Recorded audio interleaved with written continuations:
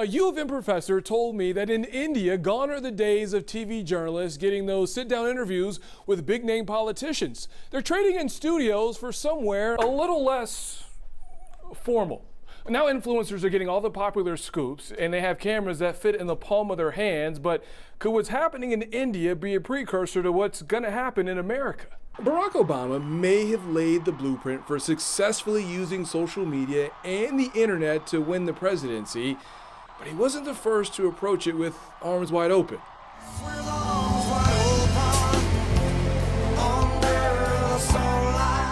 Thanks, Creed.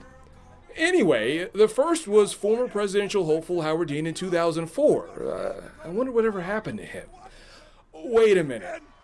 And then we're going to Washington, D.C. to take back the White House! Yeah! One of the things that most damaged his campaign was also social media because he had made a small gaffe. A small gaffe with big consequences. Joyujit Pal is an associate professor at Michigan's School of Information. He's an expert on how social media has influenced politics.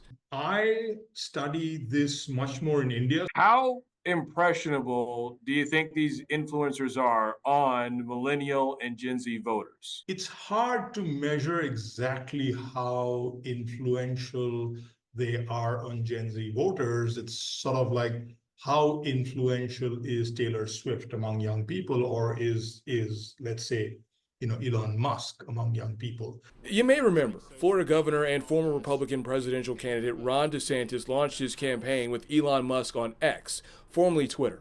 If you look at what happened with the Republican primaries, where were the candidates going to do their interviews? And you'll find that a number of them were doing it on popular YouTube channels. This is where influencers come in, because influencers have people who follow them from across the spectrum of political views, etc. So an influencer can actually be much more valuable because they bring you independence. And India, we've seen this move where a lot of politicians have started now doing their political interviews with influencers instead of with mainstream media journalists. But surprisingly, one of the top influencers in India is Prime Minister Narendra Modi.